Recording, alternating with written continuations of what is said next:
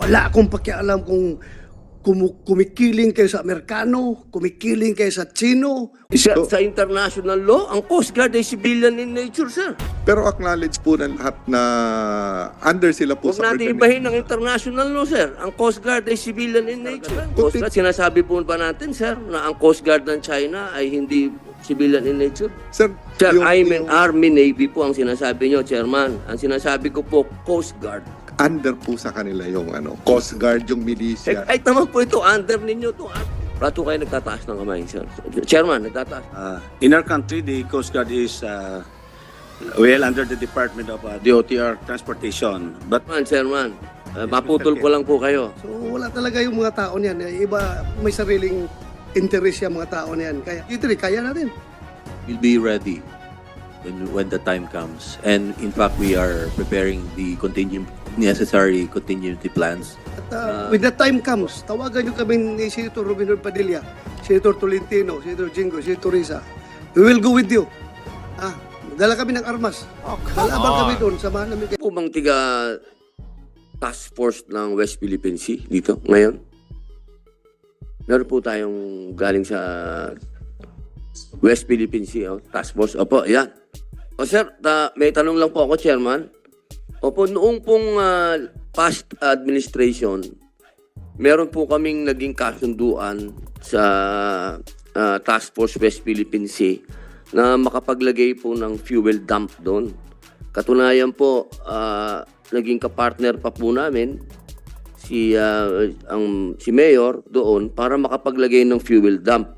Napakahalaga po kasi na magkaroon tayo ng fuel dump doon dahil iniimbitahan natin yung mga kababayan nating mangingisda na mangisda doon para mapantayan naman po natin yung bilang ng mga dayuhan na nando doon. Kasi hindi lang naman po Chinese ang nando doon, nandun din ang mga Vietcong, Vietnamese, Vietcong.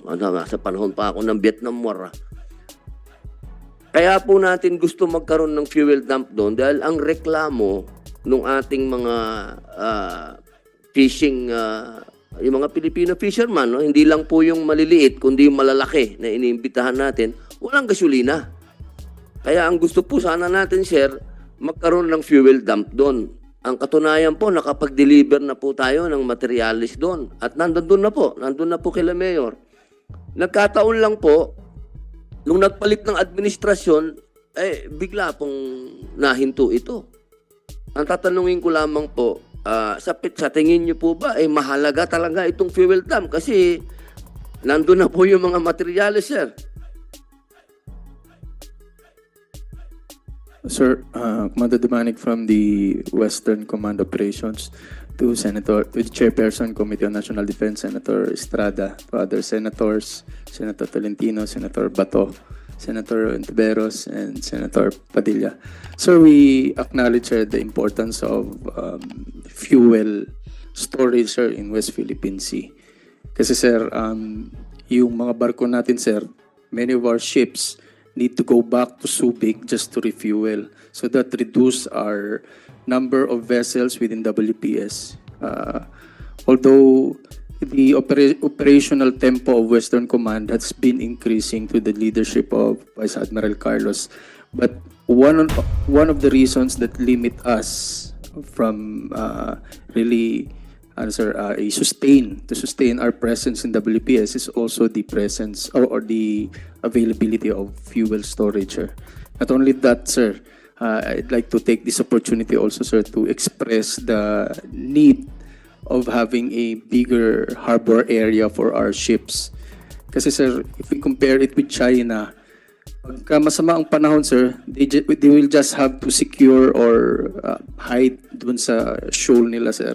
But for us, sir, we really need to go back to Subic or Ulugan Bay. So, sa nabanggit niyo po kanina, sir, kung dalawang nag-claim ng lupa, every time na may bagyo, sir, nawawalan tayo ng presence, sir. That's a fact, sir. But Chairman, sorry po. Chairman, ibig niyo pong sabihin, doon po sa Pag-asa Island, na bagong gawa yung port doon, kailangan po na mas malaki? Ganun po? Yes, sir. The current limitation of the pier, sir, or port in Pag-asa is it can only cater to smaller smaller vessels. So, yung mga malalaki natin, sir, na barko, that is too so big, or go back to Ulugan to refuel, sir, or even Puerto Princesa, sir. So, the time, sir, that it will take them to go back again is average, sir, 3 to 7 days. So, yun po, sir. Sir. Chairman, ibig niyo pong sabihin, sir, na bukod sa fuel dump, kailangan pa ng bagong port doon. Not Sa necessarily, Pag-asa po? Sa Pag-asa? not necessarily bago, sir, but we need to improve some more. But for the other islands, sir, we also need ports, sir. For Pag-asa, sir, kailangan, sir, mas malalim, sir, and mas malaki. Mas sir. malalim. Pero Yes, sa sir. ibang, sir, sa chairman, sa ibang island po kasi nakapunta din ako. Pero parang low elevation naman yung iba. Paano tayo gagawa ng port dun? Sir, per usapan with Vice Admiral Carlos, sir, not necessarily port, sir, but it can have a causeway, sir, to accommodate, sir, vessels. Ano po yun? Pwede po bang pag-usapan dito yun? No? Pang executive session nyo? Saan nyo plano Yes, sir. maglagay? No? Executive section, sir. Okay, salamat po. Isa na lang po, Chairman. Isa na lang po. Sino po kaya ang pwedeng sumagot kung... Kasi po nung huli, tayo po ay nakapag-deliver ng supply sa ating mga kababayan na sundalo dun sa BRP Sierra Madre. At bagamat nandun pa rin po yung mga dayuhan na paikot-ikot doon, paharang-harang, pero nakita po ang presence ng US Navy, yung kanilang eroplano. Totoo po ba ito? Nandun po ba talaga ang US Navy? Palipad-lipad doon.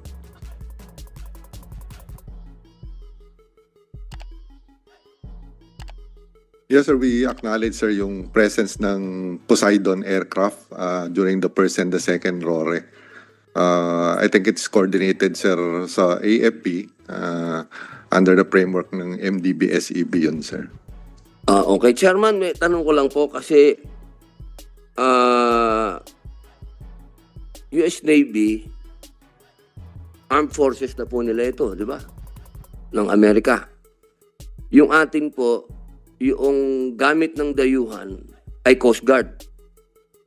Wala po ba tayong nababiolate doon? Na ang Coast Guard po kasi parang civilian din naman yan in nature. Tapos tayo, meron na tayong ina-accept po natin na meron na tayong armed forces doon na ng US at Philippine Armed Forces na nandun sa paligid.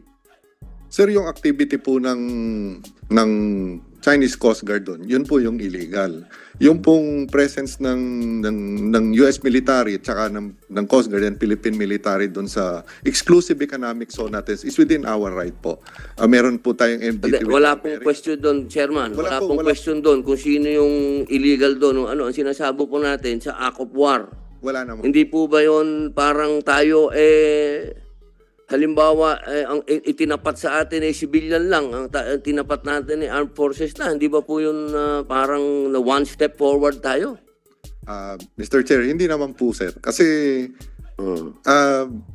yung meron naman pong klarong definition ng Act of War. At saka kung titignan natin, sir, yung Chinese... Ano po ba yung klaro sa inyong Act of War? Pati ba paliwanag niyo sa amin? Armed attack po yung as defined po ng Article 51 po ng United Nations. Klaro Di po ba civilian ho yun? Civilian ng Coast Guard. sa Umaaligid-aligid yung sa armed organisasyon forces. po ng PLA Navy, yung Coast Guard po is under po ng PLA po yon, pati po yung mga Chinese militia vessel. So technically speaking po, hindi po civilian yung nature ng Chinese Coast Guard na nandun. Sa international law, ang Coast Guard ay civilian in nature, sir. Pero acknowledge po ng lahat na under sila po Huwag natin ibahin ng international law, sir. Ang Coast Guard ay civilian in nature. Pulis nga lang yan eh. Pulis ng karagatan. Yung sa atin po yon, pero yung Dapat sa kanila ho, hindi yung pulis karagatan. Coast Guard, sinasabi po ba natin, sir, na ang Coast Guard ng China ay hindi civilian in nature? Sir, nandun po sa mga findings sa mga international law expert, including kung titignan natin yung organization ng People's Liberation Army Navy. Sir, Army Navy po ang sinasabi nyo, Chairman. Ang sinasabi ko po, Coast Guard. Under po sa kanila yung Coast Guard, yung militia. Kahit naman po ito, under ninyo ito, armed forces. Hindi po Civilian in nature. Sir, binibigyan nyo ng ibang ibig sabihin ng Coast Guard. So, ibig nyo sabihin ang Coast Guard, iba ang definition ng China? Opo. Ah, wow, ah. Talaga lang, ah. Papa. Ba't kayo nagtataas ng kamay, sir? Chairman, nagtataas ng kamay. You have anything to say, Admiral Abu? Yeah, Mr. Chair, being the representative of the Coast Guard, I think I need to pitch in something in the discussion about the Coast Guard. In our country, the Coast Guard is well under the Department of DOTR Transportation, but we are claiming to be the third and uniform armed service of our country. The Coast Guard of China is under the Chinese Military Commission. The Coast Guard of the U.S. is under the Department of Homeland Security of the United States. So this is almost similar to what military is doing. And Chairman, maputol ko lang po kayo. Opo. Hindi natin pinag-uusapan yung definition ng country. Definition ng country natin, definition ng country ng China, definition ng international law kung ano ang Coast Guard. Okay? Kung ano ang tinatanggap ng international law sa Coast Guard. So, ang sinasabi niyo po ba, Admiral, hindi ba po dapat na kayo ang dapat nagpapatrol doon? Para po nyo bang inaamin na hindi nyo kayang pangalagaan ang ating dagat at kailangan natin ng US Navy? Sir, sagutin nyo po. Simple lang naman po yung tanong ko, Chairman. yeah, Mr. Inaamin po ba natin na hindi natin kaya? Kailangan natin ng US Navy doon, paikot-ikot. The reason why we are asking for the support of the national government in modernizing the Coast Guard, because the Coast Guard right now is entrusted with the national government in handling the issue in West Philippine Sea. Hindi po natin pwedeng sabihin na hindi natin kaya. Kinakaya po natin. We are mastering the much needed courage, determination, and patriotism of our Coast Guard personnel in the area. The reason why we are facing even the biggest among the ships of China Coast Guard, dire China natin. So kaya po nandito kami, ay nangihingi kami ng suporta sa kapulungan ito para matulungan ng Coast Guard to improve our capability. Now in terms of, may I add Mr. Chair, in terms of the definition of the Coast Guard based on international law, there is no exact and precise definition that the Coast Guard is not, is a civilian. It depends on how a country, the administration attaches through legislation the Coast Guard of its particular country. So wala pong exact definition sa international law na tayo ay civilian. That's all, Mr. Chair. Chairman, wag natin masyadong kasi mahirap yan eh. Dina-justify natin sa buong mundo may Coast Guard. Okay? Sila ang nagpupulis ng dagat. Ang armed forces, andyan yan pag-gera na. Wag natin ibahin eh. Kasi na tayo eh. Ang hirap naman natin na para naman tayong yan eh. Hindi naman kayo ang re-respond. Nangyari na po yan sa Scarborough Show. Sa panahon ng administrasyon dati. Alam naman po natin yung nangyari dyan.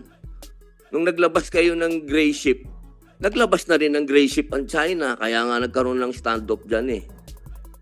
Matuto din po tayo sa nangyari. Hindi naman po pambihira naman mga kapatid ko. Ang sinasabi ko lamang po, at gusto ko lang malinawan ng lahat, inaamin ba natin na kailangan na natin ng Amerikano dyan? Yun lang naman po eh. Simple lang. Yun po ba? Andun na po ba tayo? One step na po ba tayo forward, mga kapatid? Mga kasama namin sa armed services.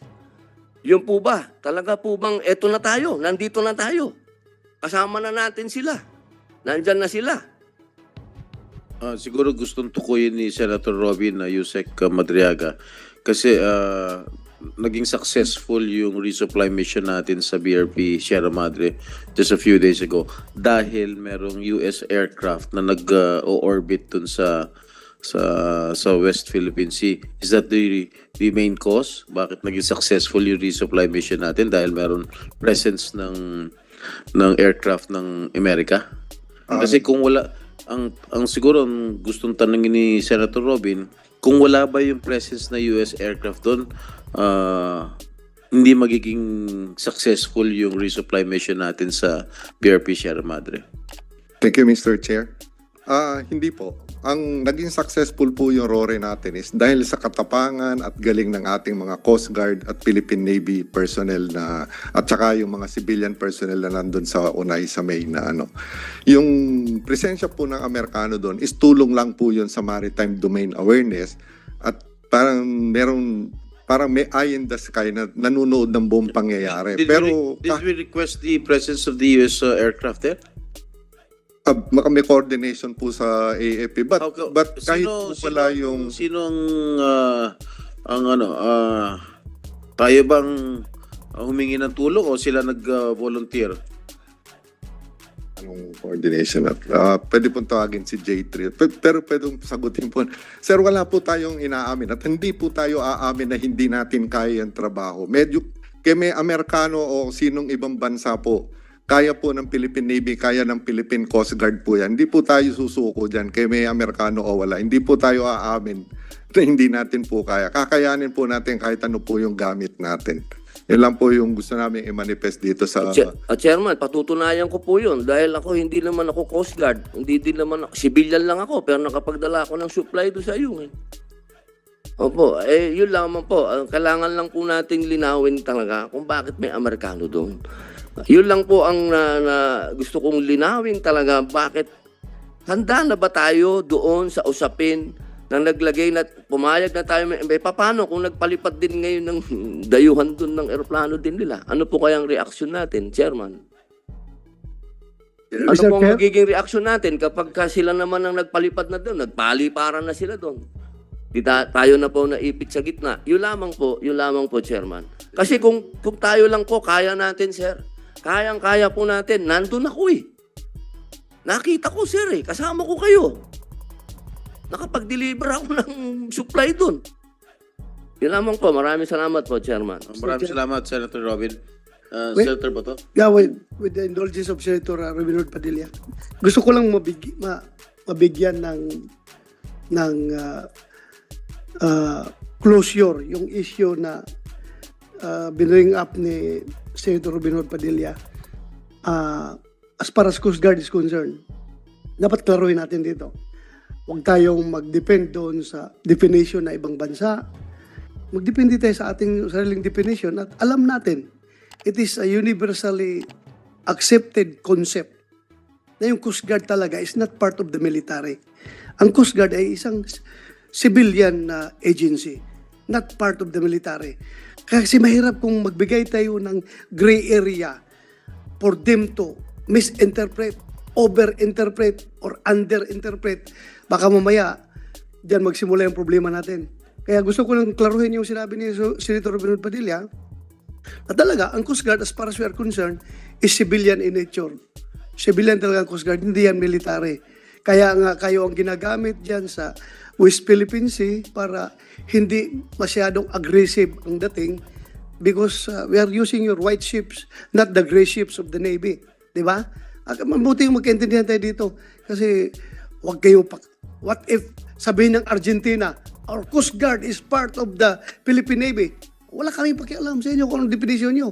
Pero international standard dictates that ang Coast Guard talaga is a civilian agency. I don't know if merong kukontra dito sa aking sinasabi. Mabuti yung klaruhin natin na ang Coast Guard ay civilian, hindi part of the military. Yun lang, in support to the issue of Senator Robin Hood Padilla. Thank you, Mr. Chair. Yes, Senator Francis. Mr. Chair, dagdag ko lang po siguro hindi na naipaliwanag ni Yusek Madriaga. Yung Poseidon po, yung P-8, yun po hindi naman talaga tactical aircraft po yun. 737 po yun. Kasi laki po yun ng Cebu Pacific. Pagkakaiba lang po ay merong surveillance capability at merong ilang anti-ship na kargamento. Pero yun po ay basically, kasi laki ng ating Cebu Pacific. Philippine Airlines, for that matter, 737 po yun. So hindi yun yung aeroplanong panggera talaga. Ganun ba, Yusek?